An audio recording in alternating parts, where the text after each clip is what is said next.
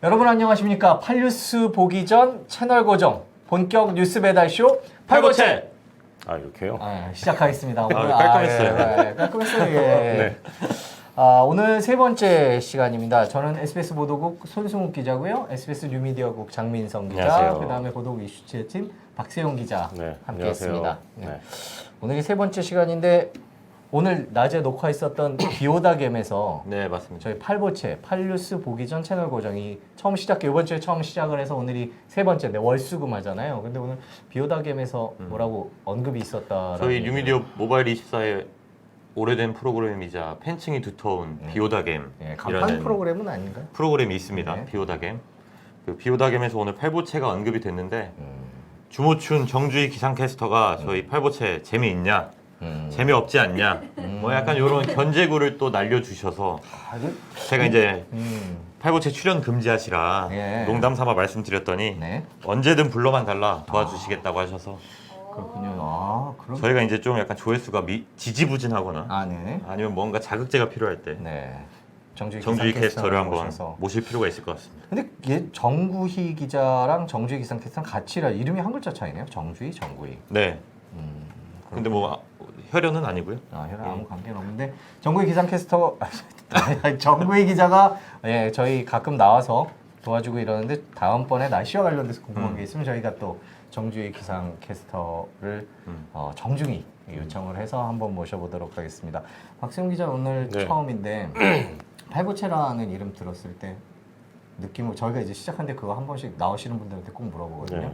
팔보채라는 이름 들었을 때 어떠셨어요? 팔보채 뭐 일단 이름이 약간 좀 귀에 쏙쏙 들어온다. 근데 무슨 뜻인지 모르겠다. 무슨 뜻인가요? 써있죠. 팔뉴스 보기 전 채널 고정. 예. 팔보채. 원래 저 말고 누가 나오는 거예요? 이경원 기자요. 이경원 기자요? 네. 사실은 팀에선 두 분이 맡고 있으니까 이제 번갈아 가면서 나오는데 오늘은 이경원 기자가 출근이 늦어서 박세용 기자께 부탁을 드린 거죠. 네, 그런 사내적인 얘기는 할 거 없이. 자, 그럼 시작하겠습니다. 다채로운 뉴스 만찬 본격 뉴스 배달쇼 팔보채 시작하겠습니다.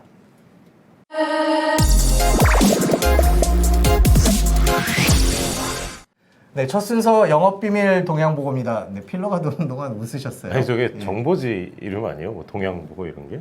동양보고라는 보고라는 거죠. 네, 이게 방금 박세용 기자가 말한 대로 SBS 뉴미디어국의 데이터 분석 시스템을 기반으로 오늘 유입량이 많았던 뉴스들 그 가운데 저희가 5가지를 선별해서 전달해 드리는 그러니까 저희가 보고를 드리는 거죠. 시청자분들께 코너입니다. 정 기자 오늘 5가지 주요 뉴스 어떤 게 있는지 빠르게 정리해 보죠. 아무래도 첫 번째는 지소미아입니다. 지소미아. 한일 군사정보보호협정 네. 지소미아가 오늘 자정 밤 12시에 종료될 예정인데요. 지금 저희가 한 3시 좀 지난 시간에 녹화를 하고 있는데 아직은 어떻게 될지 모르겠습니다. 여기가 지금 긴박하게 하루 종료 시한을 남기고 긴박하게 돌아가고 있는데요. 저희가 녹화입니다. 그렇기 때문에 지금 이 시간까지 아직 우리 정부는 일본이 수출 규제 조치와 관련한 입장 변화나 태도 변화가 없는 한 예정대로 종료하겠다. 네, 근데 또 물밑에서 지금 또 아주 네, 바쁘게 이런 움직이고 입장이고. 있다는 SBS 기자들의 보도가 들어오고 있으니까요. 보고가 들어오고 있으니까 저희가 조금 뒤에 시작하는 SBS 8시 뉴스에서 조금 더 자세히 전해드리도록 하겠습니다. 다음 소식은요? 다음 소식은 김학의 전 법무부 차관에 대한 1심 선고가 조금 전에 있었습니다. 네. 전부 무죄가 났고요. 김학의 전 차관은 뇌물과 성접대를 받은 혐의로 재판에 넘겨졌는데 건설업자 윤중천 씨로부터 뇌물 받은 혐의 그리고 성접대 받은 혐의 전부 다 무죄가 났습니다. 재판부는 관련자 진술의 신빙성이 부족하거나 뭐 공소시효가 지났거나 아니면 대가성이 입증되지 않았다는 이유로 무죄를 선고했습니다.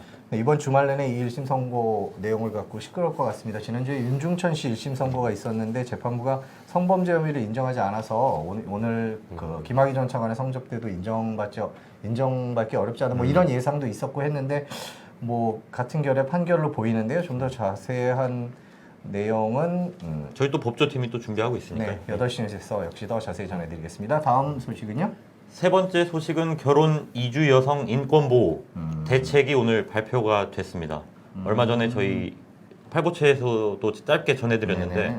제이원 기자가 단독 보도를 하기도 했는데 네. 베트남 여성 아내를 살해한 50대 남성이 이제 체포가 돼서 경찰이 수사를 하고 있잖아요. 네. 그 이후에 이제 정부가 대책을 내놓은 건데요. 네. 가정폭력, 성폭력, 살인 이런 강력 범죄를 저질렀던 사람에게는 외국인 배우자의 비자 발급을 제한하기로 했습니다.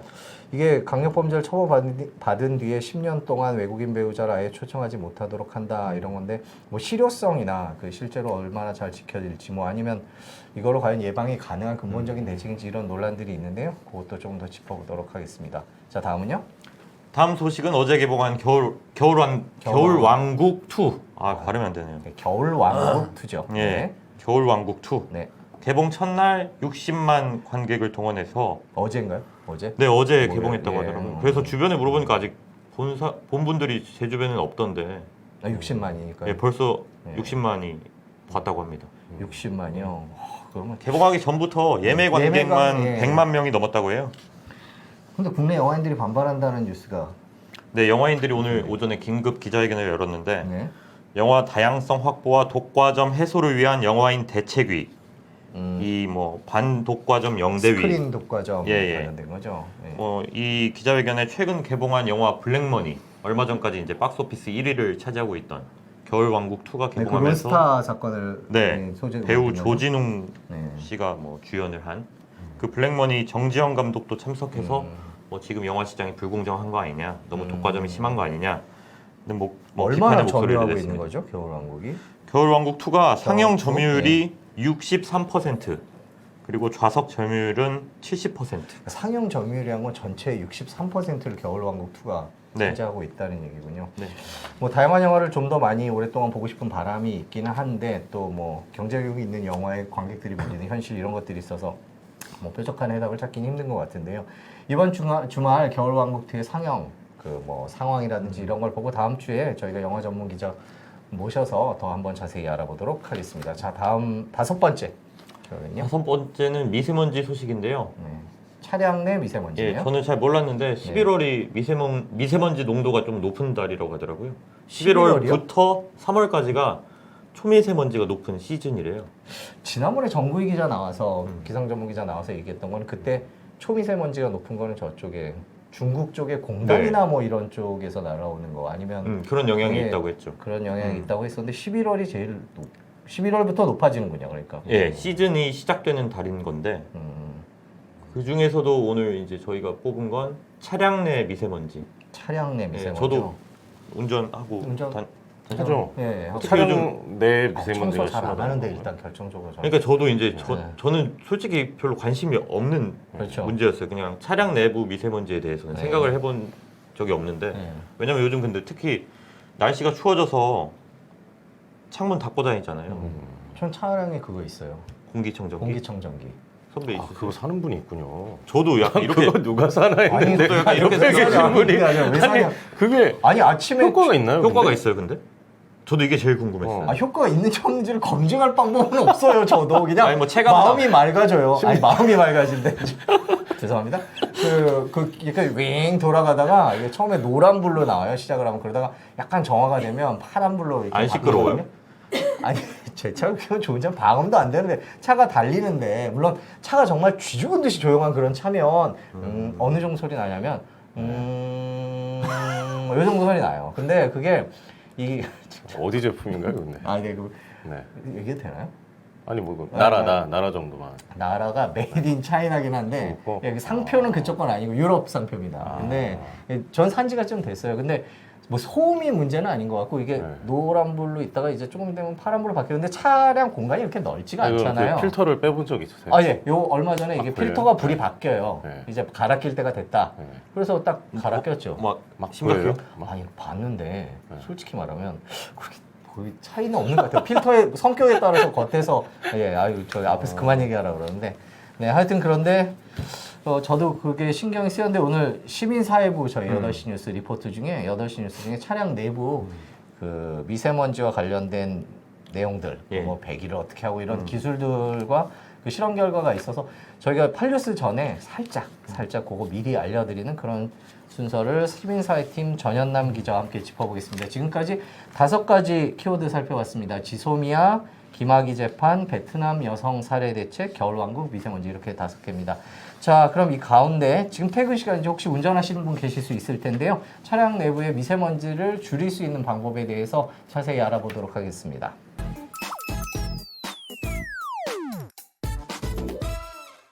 여러분께서는 지금 다채로운 뉴스 만찬 본격 뉴스 배달쇼 8보채를 듣고 계십니다. 이번 순서는 SBS 기자들을 직접 이 자리로 모셔서 주요 뉴스를 조금 더 알아보는 순서입니다. 스튜디오에 시민사회부 전현남 기자 모셨습니다. 안녕하세요. 너무 바쁘신데 이게 직접 나와주셔서 정말 감사합니다. 자, 바로 여쭤볼게요. 저희가 지금 차량 내 미세먼지에 대해서 말씀을 드렸어요. 창문 닫아놓고 막 겨울에 미세먼지도 심하고 막 그래서 걱정이다 그랬는데 추운 날씨 탓에 창문 열기도 쉽지 않고요. 차량 내 미세먼지 어떻게 해야 될까요? 방법부터 지금 운전하고 하시면서 듣는 분도 계실 것 같으니까 방법을 바로 가르쳐 주신다면? 네, 방금 선배께서 말씀하신 것처럼 11월은 1년 중에 미세먼지도 가장 많고 네. 춥기도 해서 차량 내부 공기가 정화하기가 쉽지가 않거든요. 네. 또 날이 좋으면 그냥 창문을 열고 공기를 정화시키면 되는데 이게 추우니까 사실 그러기가 쉽지 않잖아요. 그러기 위해서 제가 어떻게 하면 미세먼지를 가장 빠르고 효율적이게 정화할 수 있는지 취재를 해봤는데 네. 잘 들으셔야 합니다. 네네. 내기 송풍 모드를 네. 15분간 켜시고 네. 그 다음에 외기 송풍 모드를 5분간 켜시고 네. 그걸 반복하시면 됩니다. 매우 간단한 방법인데요. 예. 운전을 하면서 운전 예. 잠깐만요. 15분을 체크해서 내기 송풍을 하고 15분 하고 나면 5분을 또 외기 송풍을 하고 다시 또 내기 송풍을 하고. 네, 그거를 그 분을 좀 따져보기 전에 지금 전문 용어가 나와서 그런데 어려운데? 예. 간단하지 일단 않은데? 아니 내기 송풍 모드, 외기 송풍 모드가 뭔지부터 설명을 좀 해주셔야 될 것 같아요. 내기 송풍 모드가 뭐죠? 저도 한 가지 말씀드릴 게 이 취재를 하기 전에 제가 운전면허가 사실 없어서 공부를 굉장히 열심히 했거든요. 아, 네. 제 공부한 바에 따르면 네. 이제 내기 모드는 차량 안에 공부한 있는 바에 따르면 취재로 해주시면 안 될까요? 취재하고 공부한 바에 따르면 예. 제가 네. 내기 모드는 이제 차 안에 있는 공기를 계속 순환시키면서 이제 네. 필터를 통해서 정화하는 방식이고요. 외기 모드는 이제 차 밖에 있는 공기를 필터를 통해서 들여오고 예. 아 지금 여기 나오네요. 저게 볼까요? 저 위가 외기 모드. 외기죠, 네, 네, 외기. 네. 바깥에 있는 공기를 안으로. 거고. 네, 네, 네. 밑에 저 노란불 들어와 있는 저게 내기 송풍 모드인 거죠? 네. 안에서만 공기가 도는. 네, 자 알겠습니다. 이제 내기 송풍 모드, 외기 송풍 모드 전문적인 얘기는 들었는데 다시 한번 처음에 해주셨던 말을 해주시면 밑에 거 내기. 그러니까 공기가 안에서만 통하게 하는 게 몇 분이요? 15분입니다. 15분. 네. 그 다음에 15분이 지났어요. 15분이 지난 뒤에 그 운전하면서 그걸 할 수 있을지 모르겠는데 15분쯤 지났을 때, 지났을 때. 예, 다시 해서 공기를 5분 동안 환기를 한다. 네, 네, 맞습니다. 왜 그렇게 하는 거예요? 이게 사실 내기 송풍 모드만 했을 때 가장 정화가 빠르고 쉽게 되는데요. 네. 아까 말씀드렸다시피 차 안에 있는 공기만 계속 순환을 시키다 보니까 이제 이산화탄소가 높아지게 되는 문제가 있거든요.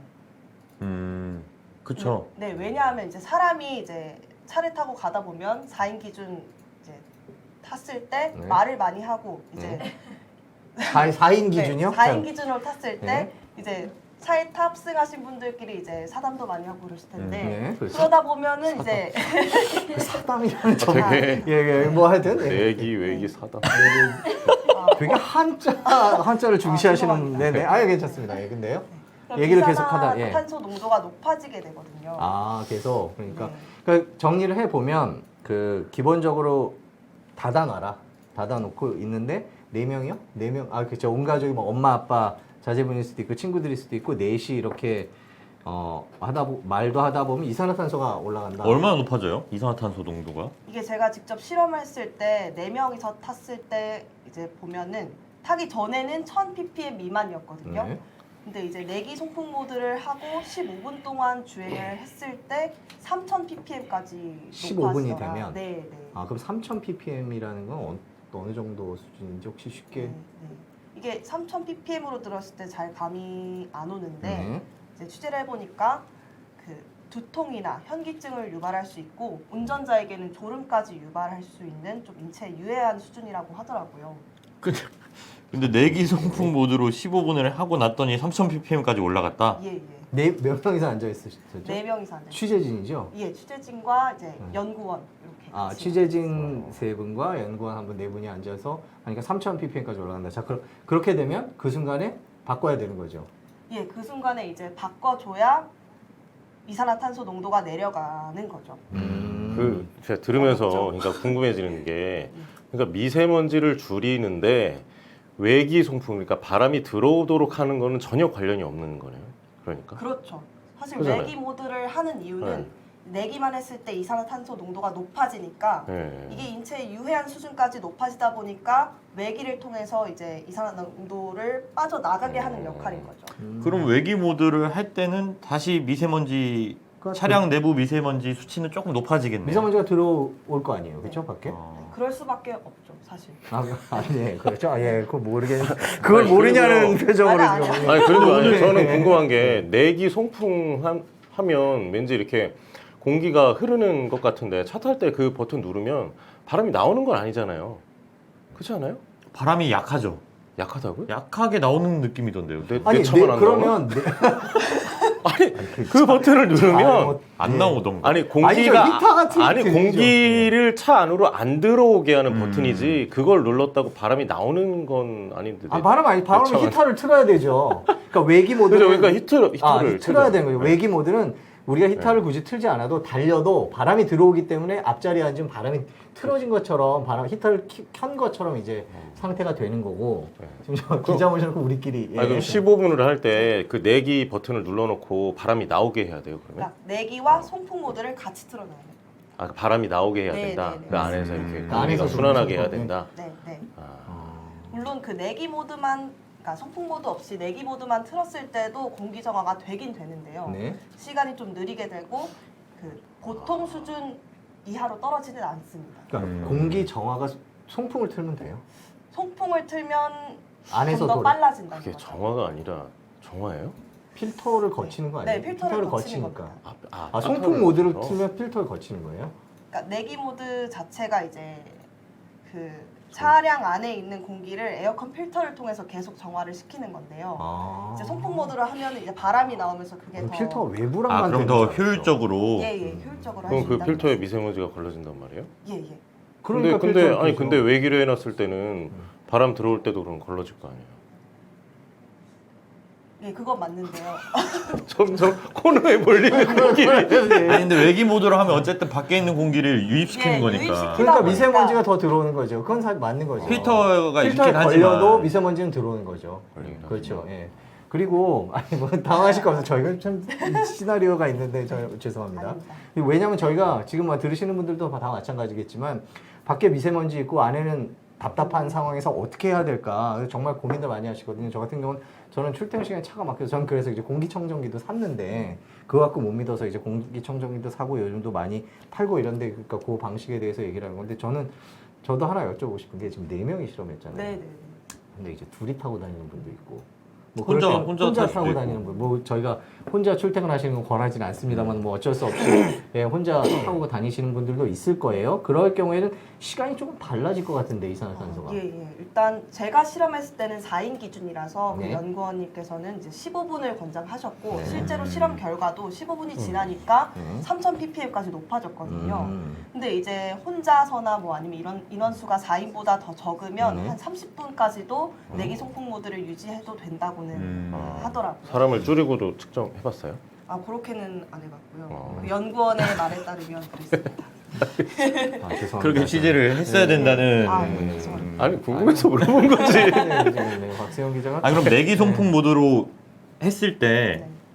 미세먼지 수치는 낮아져요, 확실히? 확실히 낮아지는 게요. 이게 제가 하필이면 실험했던 날이 미세먼지 농도가 매우 좋은 날이었어요. 네. 아, 네. 오히려 매우 네. 좋은 날. 네. 오히려 매우 좋은 날이었어요. 그 사실은 역발상이네. 아니 나쁜 예보가 떠서 이제 그날로 잡았는데 그 전날 이제 비가 내리면서 하늘이 정말 맑아졌거든요. 네네네. 그래서 그날 가보니까 한 30 정도밖에 안 되더라고요. 네네. 30 마이크로그램 per 세제곱미터. 네. 그렇게 적은데도 제곱미터. 네. 네, 네. 그렇게 적은데도 네.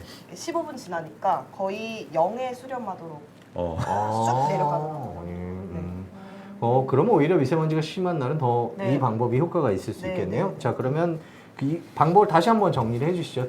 들으시는 분들 위해서. 다시 정리를 해드리면 네. 이제 내기 모드와 송풍을 동시에 누르시고 15분 동안 주행을 하시고 네네. 이제 이산화탄소 농도가 높아지니까 네.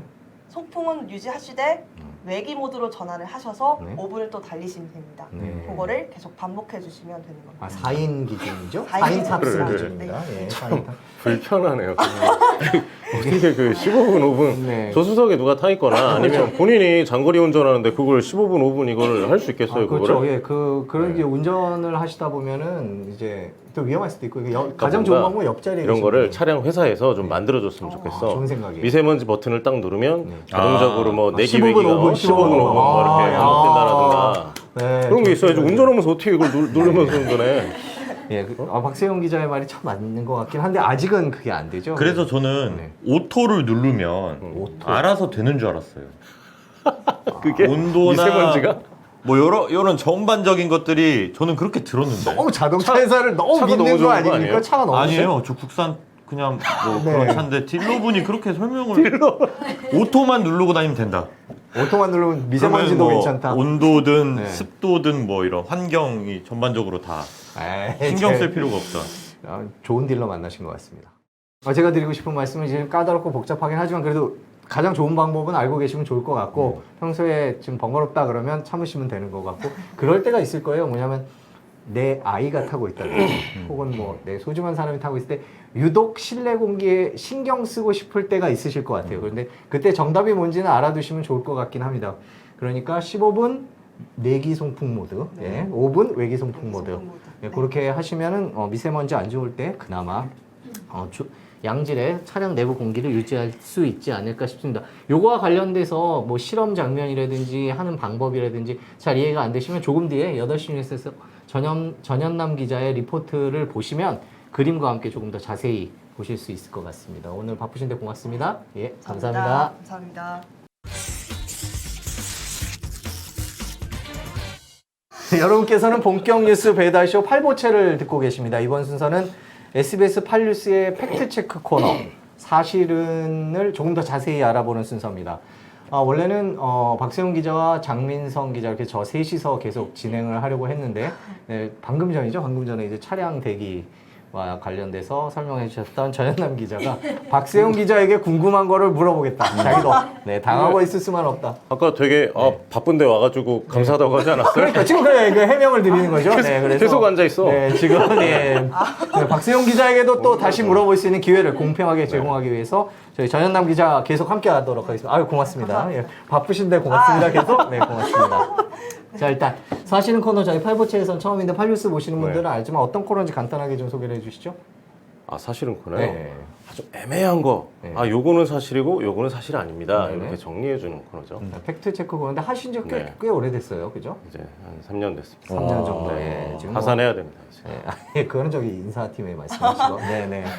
그래서 오늘은 사실은 코너 중에 저희가 최근에 방송했던 것 중에 이제 조금 더 자세하게 짚었으면 좋은 내용들을 하나 소개해 드리려고 합니다. 그 성범죄자와 관련된 주소 공개 문제입니다. 조두순 출소가 내년 12월 13일 정도로 제가 기억을 하고 있는데 1년 정도 남았습니다. 그래서 우리가 성범죄자 주소 공개 문제, 뭐 옆집에 우리 동네에 조두순이 이사 왔다. 그 경우에는 그것들이 제대로 알려지고 우리가 또 그거에 대비할 수 있는가 이런 고민들을 저희 SBS 보도국에서 하다가 이제 사실은 팀에서 실제로 우리나라의 그런 문제점은 없나 한번 살펴봤고 그 다음에 또 외국은 어떤가 이런 것들을 알아보는 보도 기획이 있었죠. 네. 다 얘기했네요. 제가 어떤 내용이냐고 물어보려고 했더니 그죠? 네. 그 기본적으로 우리나라에서 지금 성범죄자 정보 공개가 이루어지고는 있죠. 공개하죠. 어플도 있고 네. 그리고 사이트도 있고요. 네. 인터넷 사이트도 있고 들어가면 네. 다 볼 수 있습니다. 장민성 기자도 볼 수 있고 네. 전현남 기자도 볼 수 있고 근데 좀 불편해요. 불편하다. 네, 되게 첫 불편하게 번째. 만들어놨어요. 불편하게 만들어놨고. 저 한번 검색해 본 적이 있어요. 해봤어요? 그럼- 네, 본인 인증해가지고 네. 동네. 본인 사는 동네를 제가 사는 동네. 왜냐면 저도 이제 아이 때문에 그렇죠. 예. 생전 저런 거 생각 안 해봤는데 아이 때문에 한번 검색을 해보고 싶더라고요. 어땠어요? 검색해보니까 나오더라고 쭉. 리스트가 나오잖아요. 네, 리스트가 근데 쭉 나오더라고요. 주소가 나오잖아. 네. 근데 그게 내가 사는 집이 여긴데 네. 뭐 예를 들면 내가 사는 집에 한 반경 뭐 100m 1km, 네. 한 반경 1km 정도에 좀 알고 싶다. 그거 알 수 있어요? 근데 동이 나오던데요? 불편해. 예, 이게 그러니까 직관적으로 맞아요, 와닿지가 맞아요. 않고 맞아요. 새 주소로 맞아요. 이렇게 행정 지도에 이게 주소가 나오기 때문에 이게 내 집 근처긴 한 것 같은데 어딘지 알 수가 없어요. 맞아요. 지도에 다 맞아요. 쳐봐야 돼 일일이. 저도 그래서 네. 생각보다 많았어요 처음에 리스트가. 그죠. 이렇게 많아 해서 봤는데 이게 우리 집 근처가 맞나? 동은 뭐 근처가 맞는 것 같긴 한데 이게 바로 옆 동인지 뭐 옆 아파트인지 어딘지 모르겠더라고요. 네, 하여튼 저게 미국이랑 제일 다른 거예요. 오케이, 알겠습니다. 자, 그러면 문제점이 박세용 기자가 사실에서 문제점이 몇 가지 있다라고 지적을 했었는데 그 문제점을 자세히 하나하나 알아보기 위해서 일단 저희가 워싱턴에 있는 워싱턴 특파원 김수영 오. 특파원을 직접 연결해서 미국의 얘기를 들어보고 그 미국 사례를 바탕으로 해서 우리나라의 문제점은 뭐고 보완할지 뭘까 이런 방식의 진행을 해보기로 했습니다. 네, 팔뉴스에도 잘 연결하기가 쉽지 않은 김수영 기자를 저희가 팔보채에서 감히 연결을 시도했는데 미국과의 시차 관계 때문에 예, 밤에 나와달라는 건 너무 죄송한 것 같아서 저희가 미리 사전에 녹화를 좀 했습니다. 그 녹화 내용을 보시고 나서 나머지 얘기 계속 이어가도록 하겠습니다.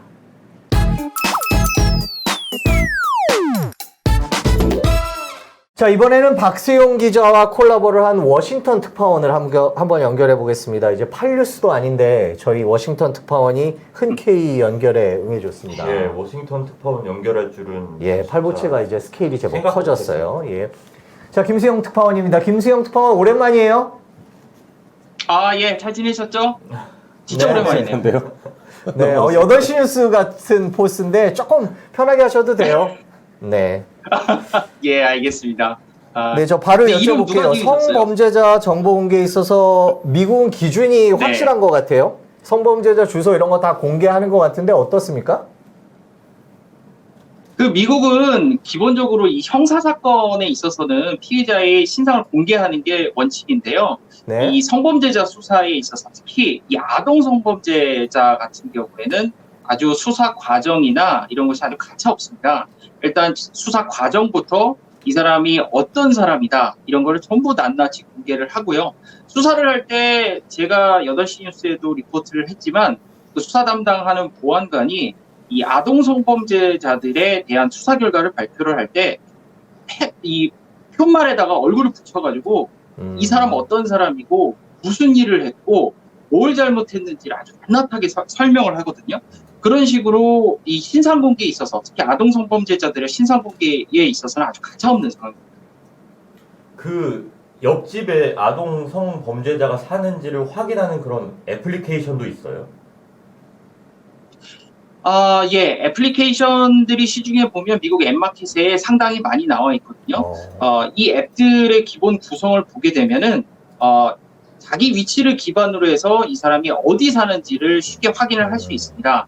그래서 그걸 눌러보면요, 이 사람의 뭐 이름, 그 성별, 뭐 나이 이런 건 기본이고요. 그 뭐 눈동자 색깔, 키는 그 인종은 어떤 인종인지 이런 것까지도 다 나오거든요. 그리고 이 원 데이터가 되는 게 이제 성범죄자 신상 등록 사이트가 있는데 거기에 보면은 이 사람들의 거주지는 물론이고요, 직장 주소, 학교 주소까지 나와 있습니다. 그래서 이 사람의 동선을 대충 윤곽을 잡을 수 있게끔 그런 정보까지 제공되거든요. 그래서 이 사람이 어디에 많이 돌아다닐 것 같다. 이 사람은 내 집 근처 어디 산다. 내 학교 근처 어디 산다. 내 직장 근처 어디 산다. 이런 정보까지 전부 다 종합적으로 취합할 수 있게 해놨습니다. 그러면 요건 다시 한 번만 살짝 여쭤보면 그러면 내 주변에 네. 성범죄자가 누가 사는지를 그 앱으로 바로 확인할 수가 있는 거예요? 아, 네, 그렇죠. 그러니까 그게 들어갈 때 어떤 본인 인증이나 뭐 휴대전화 번호, 주민등록번호 이런 거 필요 없이 그냥 쉽게 앱을 다운받아서 내 위치를 기준으로 해서 어떤 성범죄자들이 사느냐 이런 거를 그냥 손쉽게 찾아볼 수 있거든요. 그래서 실제 이 주변에서도 자기가 어디를 갈 때, 아이들하고 어디를 갈 때, 뭐 아이들이 혼자 거기를 다녀야 된다거나 하면 부모들 중에서 이렇게 손쉽게 앱을 다운받아서 근처의 성범죄자들, 특히 아동 성범죄자들이 어디 사는지를 정보로 확인하는 부모들을 아주 쉽게 찾아볼 수가 있습니다. 그러니까 내 위치를 기준으로 이 사람들이 어디 살고 있고 이 사람들의 활동 반경이 어떤지까지도 정보가 종합적으로 나옵니다. 그러면 지금 아이들이 돌아다닐 때 얘기를 하셨는데 보면 할로윈데이나 네. 이럴 때 보면 이렇게 집집마다 돌아다니면서 사탕도 받고 뭐 이러잖아요. 그럴 때도 네. 이 앱을 쓸 수 있을 것 같고 미국은 할로윈데이가 이게 신경이 좀 쓰일 것 같은데 현재 분위기는 어때요? 할로윈데이 같은 경우에는 이제 아이들이 집집마다 이제 돌아다니면서 초인종을 누르고 사탕을 받으러 다니는 날이잖아요. 근데 네. 이게 전혀 이제 낯선 사람 집에 가는 날이란 말이죠. 아, 그래서 그렇죠. 부모들이 신경을 굉장히 많이 쓰고 있는데 미국에서 10개 주는 이 노 캔디 룰이라는 법안이 있습니다. 그래서 노 캔디 등록된 룰. 성범죄자들은 등록된 성범죄자들은 이런 아이들을 자기 집에 들이도록 유인을 하면 안 되거든요. 그러니까 예를 들어서 불을 켜놓거나 앞에 헬로윈 장식을 해놓거나 앞에 사탕을 쌓아놓거나 이런 게 법적으로 금지가 돼 있습니다. 이런 거 하다 적발되면 감옥에 또 가야 됩니다. 이런 식으로 아주 철저하게 관리를 하고 있거든요.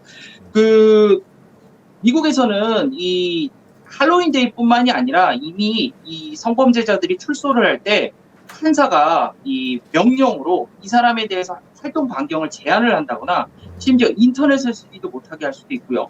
학교나 공원이나 이렇게 아이들이 많이 몰리는 곳에 아예 거주지 제한을 할 수 있습니다. 그래서 그런 사람들은 아예 거기 살지 못하게 그런 식으로 제한하는 경우도 있거든요. 그래서 이런 그 아이들을 보호하기 위해서 법적 장치를 어떻게 하느냐 이런 거에 대한 고민이 굉장히 큽니다.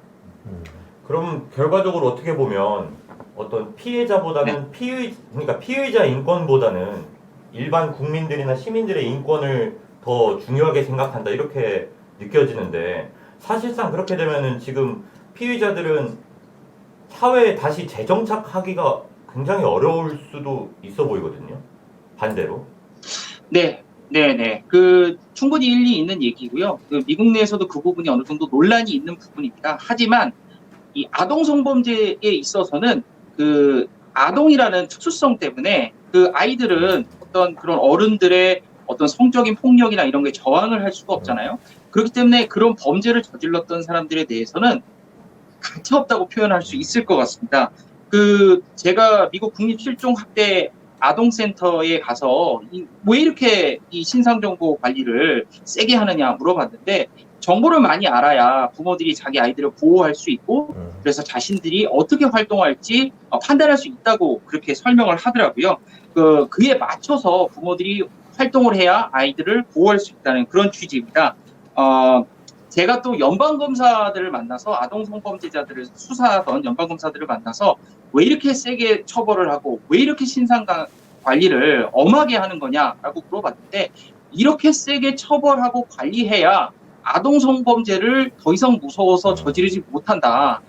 그렇게 해야만 이게 근절이 된다라는 답을 들을 수 있었습니다. 네, 지금까지 김수영 워싱턴 특파원의 얘기를 들어봤습니다. 뭐 시간도 근무 시간이 지났을 텐데 연결해 주셔서 감사하고 일단 팔보채와 한번 인연을 트셨으니까 앞으로 미국에 일이 있을 때마다 계속 연락을 드리겠습니다. 협조해 주실 거죠? 뭐 하라 그럴 때 언제 안 한 적 있었나요? 아, 네네. 뭐 연결하는 걸로 그렇게 알고 있겠습니다. 제가 워싱턴을 연결해봤습니다. 감사합니다. 예, 김수영 특파원 고맙습니다. 감사합니다. 고생하셨습니다. 예, 고맙습니다. 네, 지금까지 김수영 특파원이었습니다.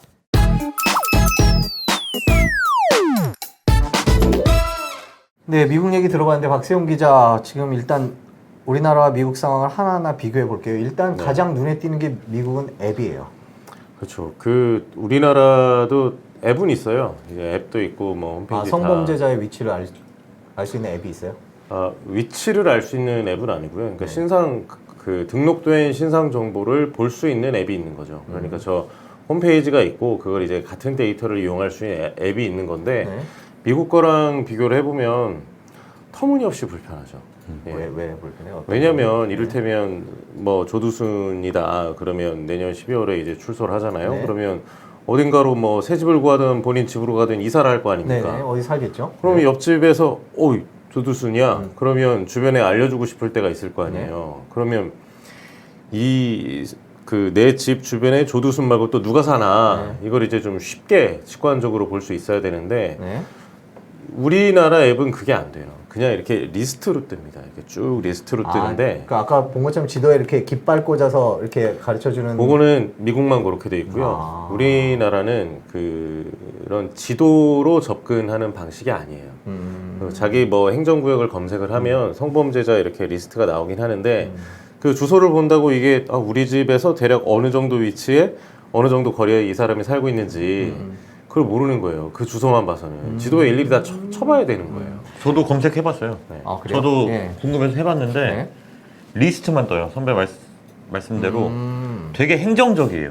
맞아요. 네. 그냥 제 사는 곳을 치면 뭐 그 누구 근처 이름 뭐 이렇게 주소만 나와요. 네 그냥 뭐 그 사람 주소 그냥 리스트로 그냥 쭉 나와 있어요. 그러니까 정보가 조금 더 나오긴 해요. 그러니까 사진도 나오고 사진도 있어요. 사진 나오고 뭐 주소, 이름, 키 그리고 이제 간단한 그 범죄 내용 뭐 아주 간략하게 한 2줄 정도 그렇게 나옵니다. 근데 문제는 이 리스트에 있는 사람들이 과연 나랑 얼마나 가까이에 있지?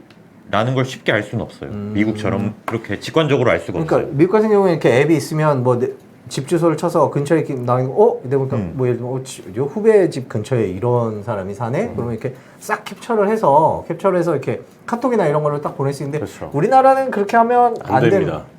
법으로도 안 되고요. 캡처도 막아놨습니다.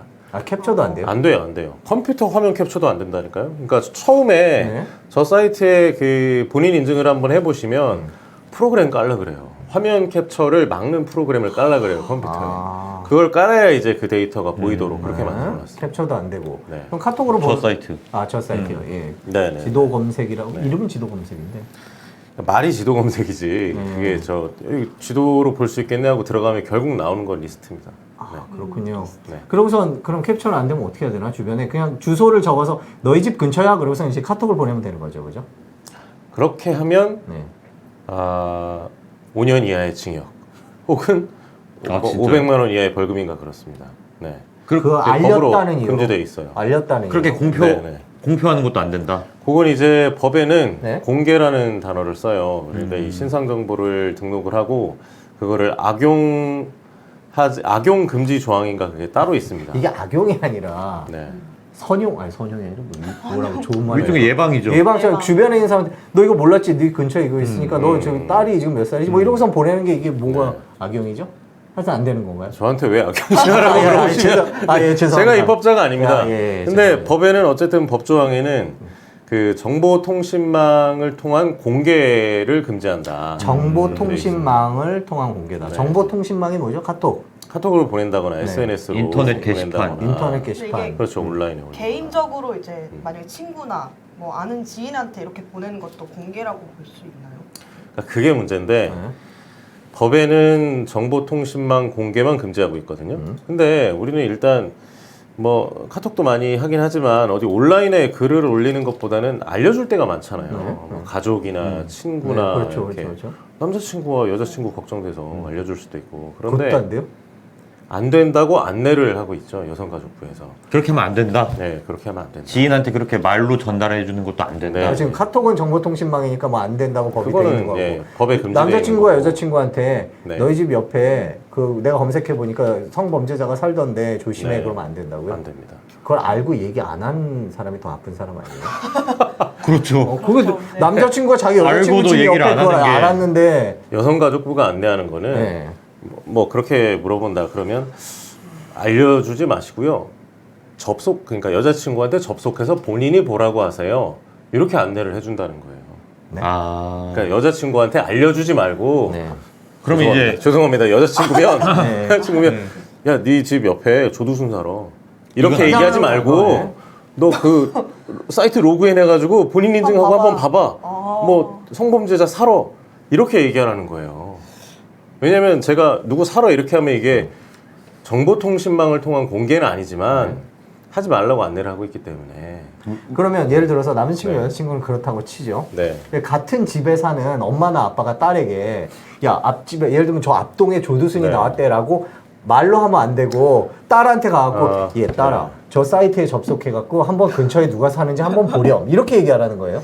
원칙적으로는 그런데 네. 여성가족부가 저희도 이제 궁금하죠. 이제 취재할 때 궁금해서 이럴 땐 돼요, 뭐 저럴 땐 돼요 다 물어봤는데 딱 한 가지 된다고 한 게 그겁니다. 그러니까 직계 가족이 딸한테 알려줄 때, 네, 그것만 된다는 거예요. 그러면 아니 남친 여친은 안 되고 왜 아빠 딸만 되냐? 네. 이게 혹시 뭐 검찰이랑 협의를 하셨냐? 아니면 여가부에서 좀 논의를 해서 법원 매뉴얼이 판- 있는 거냐? 법원 판례가 있을 수도 있고. 물어봤죠. 본인 판단이래요. 그냥 그 근무하는 담당자. 근무자, 담당자 본인 그냥 내 판단입니다. 네. 내가 되게 오래 근무해 왔어요. 관련 업무를 오래 하셨군요. 네네네. 저 그 성범죄자 알림이 사이트 업무를 오래 했는데 제 판단입니다. 그러더라고요. 그러니까 기준이 없는 거죠. 인사하면 바뀔 수도 있어요. 다른 분이 오면 그 자리에. 네, 네. 아니 근데 그분이 그렇게 판단한 이유가 있었을 거 아니에요? 그분이 왜 그렇게 판단했냐? 그것까지는 제가 물어보진 못했는데 어쨌든 확실한 거는 구두 전달을 막는 법 규정은 없다. 하지만 여성가족부는 하지 말라고 하고 있다. 네. 함으로 인해서 뭐 명예훼손이 되나요? 성범죄죠? 그러니까 이제 제가 이제 그 취재를 하면서 제일 놀랐던 부분이 그건데 왜 그러면 정보 공유를 이렇게 막고 있는가? 우리가 이런 취지로 보도를 할 테니까 제가 좀 반론을 달라고 했어요. 근데 대변인실에서 그 담당 과로 이제 토스를 하더라고요. 그래서 이제 담당 과에 이제 직원분하고 저희 취재진이 통화를 했는데 뭐라고 얘기를 하시냐면 이 제도 처음 시행 초기에 주변에 이렇게 알려주면 나는 죄값을 치렀는데 왜 알려주냐 해가지고 민원을 여성가족부에다가 낸다는 거예요. 성범죄자가? 네네네, 성범죄자가. 그럼 민원 때문에 지금까지 이렇게 좀 구두 전달은 좀 하지 말아라 이런 취지로 안내를 해왔다고 해명을 하시더라고요. 그래서 놀랐습니다. 두 번 확인했어요. 성범죄자의 민원이다. 이게 일반인 예, 민원이 아니라 성범죄자의 민원. 다시 물어봤다니까요, 제가. 그 민원이 성범죄자가 넣은 민원이 맞아요? 맞답니다. 그러니까 성범죄자가 내 이름을 주변에 알리고 다니니까 불편하니까 이거 알리지 않았으면 좋겠다라고 얘기를 했고 그거를 여성가족부가 받아들여줬다라는 얘기네요. 뭐 민원을 받아들여줬다라고 표현하는 게 약간 좀 그렇긴 한데 어쨌든 민원을 계속 감안을 이제 했다는 민원이 얘기네. 들어오니까 뭐 공무원 입장에서는 민원 들어오면 좀 불편하긴 하죠. 불편하긴 하겠죠. 이제 저는 이제 뭐 이해는 되는데 네네, 그렇죠. 사실은 이 제도 자체가 성범죄 예방 그리고 재범 막겠다고 하는 거기 때문에 그런 민원이 들어오면 듣고 말거나 막아줘야죠. 그리고 법에 금지하고 있는 것도 아닌데 오히려 민원 들어온다고 여성가족부에서 나서가지고 말로는 전달하지 마세요. 지금 몇 년째 지금 이러고 있다니까요. 그러니까 기사도 기존에 보도된 기사들 제목을 보면 말로만 전달해도 처벌 뭐 이런 기사가 많아요. 그게 사실이 아닌 겁니다. 그게. 법에는 예, 그렇게 처벌되는지 안 되는지는 알 수 없죠. 재판에 넘겨져 봐야 하는 거죠. 판례도 없고. 네네네. 그러니까 지금 저희 사이트 보시면 저렇게 성범죄 없는 안전한 세상이라고 하면서 성범죄자들의 정보 공개를 한다는 취지인데 지금 그렇죠. 저희 취지 내용을 보면 사실상 오히려 쉬쉬하는 약간 오히려 공개가 되는 거를 제약하는 조항들이 있고 뭐 저희가 그 담당자분 말씀을 드렸습니다만 담당자분도 이제 규정이 완전히 명확하지 않으니까 그렇게 뭐 안내를 하시지 않았나 그런 생각 들어요. 그렇죠. 네. 지금은 이제 금지 규정이 없으니까 나름대로 본인이 계속 이제 질의도 들어오고 하니까 그렇죠. 이런 거 돼요? 뭐 안 돼요. 이제 워낙 질문도 많이 받으니까 본인 나름대로는 기준이 있는 거예요. 본인 나름대로 이제 쭉 여러 네. 단연간의 상담 끝에 자기 나름의 딱 기준이 있는 겁니다. 그렇군요. 네. 근데 그게 본인의 기준으로 있으면 안 되잖아요. 그렇죠. 그게 문제죠. 정해진 어떤 명시된 어떤 규정이 있어야 되는 거죠. 그럼 이제 앞으로 어떻게 되는 건가요? 아, 여성가족부가 그래서- 앞으로 계속 이렇게 하는 건지. 지금 상황에서는 뭐 저희가 이런 보도를 했으니까 여성가족부에서 그렇게 안내는 하지 말자 이렇게 뭐 바뀔 수는 있겠죠. 네, 바뀔 수는 있는데 근본적으로는 지금은 뭐 SNS든 이걸 완전히 틀어 막고 있기 때문에 정보통신망을 이용한 공개를 근데 이제 그 부분에 대해서 이제 국회 개정안 발의된 건 있습니다. 법을 바꿔야 되니까. 네, 법 개정안 발의된 게 있어요. 그러니까 뭐냐면 지금은 정보통신망 공개가 완전히 금지되어 있지만 이 그 폐쇄되어 있는 단톡방, 그러니까 오픈 채팅방 말고요. 오픈 채팅방 말고 예. 폐쇄되어 있는 단체 대화방에서는 알려주는 것까지 처벌하지 말자. 그런 개정안은 올라가 있습니다. 지금 그 법이 올라간 지 뭐 이렇게 지금 통과된다 뭐 이런 얘기는 들리는 네, 건 제가 없죠. 그거까지는 확인은 못했는데 어쨌든 발의된 것까지는 봤습니다. 네. 이게 조드슨 출소가 내년 12월 내년 정도 12월. 내년 12월 네. 이제 1년 남았는데 이제 조드슨 출소되면 이제 그러면 우리도 방송이나 이런 건 안 되죠. 예를 당연히 들어서 안 되죠. 뭐 네. 당연히 예를 들면 뭐, 아니 제가 예. 제가 얘기한 거는 당연히 법 우리는 규정을 하면 안 된다 그게 아니고요. 법 법에 규정이 너무 그러니까. 명확히 되어 있어요. 예. 신문과 뭐 방송 등 그 저 정보통신망을 저희는 통한 공개 이렇게 정보통신망. 되어 있는 거예요. 그렇죠. 네. 근데 보면은 미국 같은 경우에 이렇게 막 사진도 공개하고 뭐 다 하고 앞에 푯말도 꽂고 뭐 이렇게 네. 한다는데 이 취재하면서 약간 좀 우리도 물론 이제 뭐 인권 보호라는 측면이 있긴 있습니다만은 이 법 취지 자체가 이제 범죄로부터 보호하자는 취지가 더 강한 거고. 그러니까 생각이 완전히 다른 거죠. 그러니까 뭐 어떤 제도를 할 때는 이 법익 같은 거를 잘 저울질해서 균형을 맞추거나 아니면 한쪽에 무게를 싣거나 그런데 지금 이게 두 가지잖아요. 하나는 성범죄를 예방하고자 하는 법익이 있는 거고 다른 한 가지는 성범죄자 본인의 뭐 명예훼손이라든가 그런 부분들이 있는 거예요. 네. 근데 미국 같은 경우는 야 그래 네 본인은 뭐 인권 얘기할 수 있지. 근데 조용해. 우리는 성범죄 예방이 더 중요해 하고 이거를 수사기관이 재판에서 확정도 안 됐는데 사진 들고 나와가지고 그 방금 이 사람은 이걸 네, 했습니다. 보신 보셨잖아요 것처럼. 아까. 네, 네. 그렇게 하는 거예요. 네. 근데 우리는 이 균형이 약간 뭐 제가 느끼기에는 여성가족부는 아니라고 주장을 하고 있지만 성범죄자 민원 막는데 인권 쪽에도 약간 좀 무게가 좀 많이 실린 게 아닌가. 이 법 이름이 아동 청소년을 성범죄로부터 보호하는 법이다. 그래갖고 이제 저희가 네. 이제 뭐 긴 이름이 있습니다만 줄여서 아청법 그냥 그렇죠. 그렇게 부르죠. 네. 예. 마무리하셔야 됩니다. 예, 그러네요. 시간상 여기까지 얘기를 듣겠습니다. 아청법의 취지가 저희가 성범죄로부터 아동과 청소년을 보호한다는 건데 그 아까 박세영 기자가 말했듯이 그 법익이 너무 성범죄자의 인권적으로 기울어져 있는 건 아닌지 한번 바로잡을 필요가 있다고 생각합니다. 저희가 사실은 코너 통해서 계속 조금 더 지켜보도록 하겠습니다. 지금까지 박세영 기자와 함께 성범죄자 정보 공개에 대해서 알아봤습니다. 네, 본격 뉴스 배달쇼 8보채 오늘 세 번째 시간이었습니다. 오늘 시민사회부 전현남 기자 모시고 했는데 오늘 해보니까 어땠어요? 네, 제가 출연도 많이 안 해본 신입 기자인데 또 8부채까지 불러주셔서 너무 영광이었습니다. 네, 아니 뭐 전문가처럼 얘기를 해놓으시고 무슨 처음은 하여튼 다음에도 또 네. 나와주실 거죠 저희가? 불러주시면 예. 정말 영광스럽게 생각하고 아니 저희가 영광입니다. 영광스러워하시니까 8보채 나와주셔서 감사합니다. 저희는 다음 주 월요일이죠. 다음 주 월요일 날 네 번째 순서로 찾아뵐 텐데 그날도 SBS 기자들의 친절한 설명과 함께 다채로운 뉴스 만찬 전해드리도록 하겠습니다. 본격 뉴스 배달쇼 8보채 여기까지입니다. 시청해주셔서 감사합니다.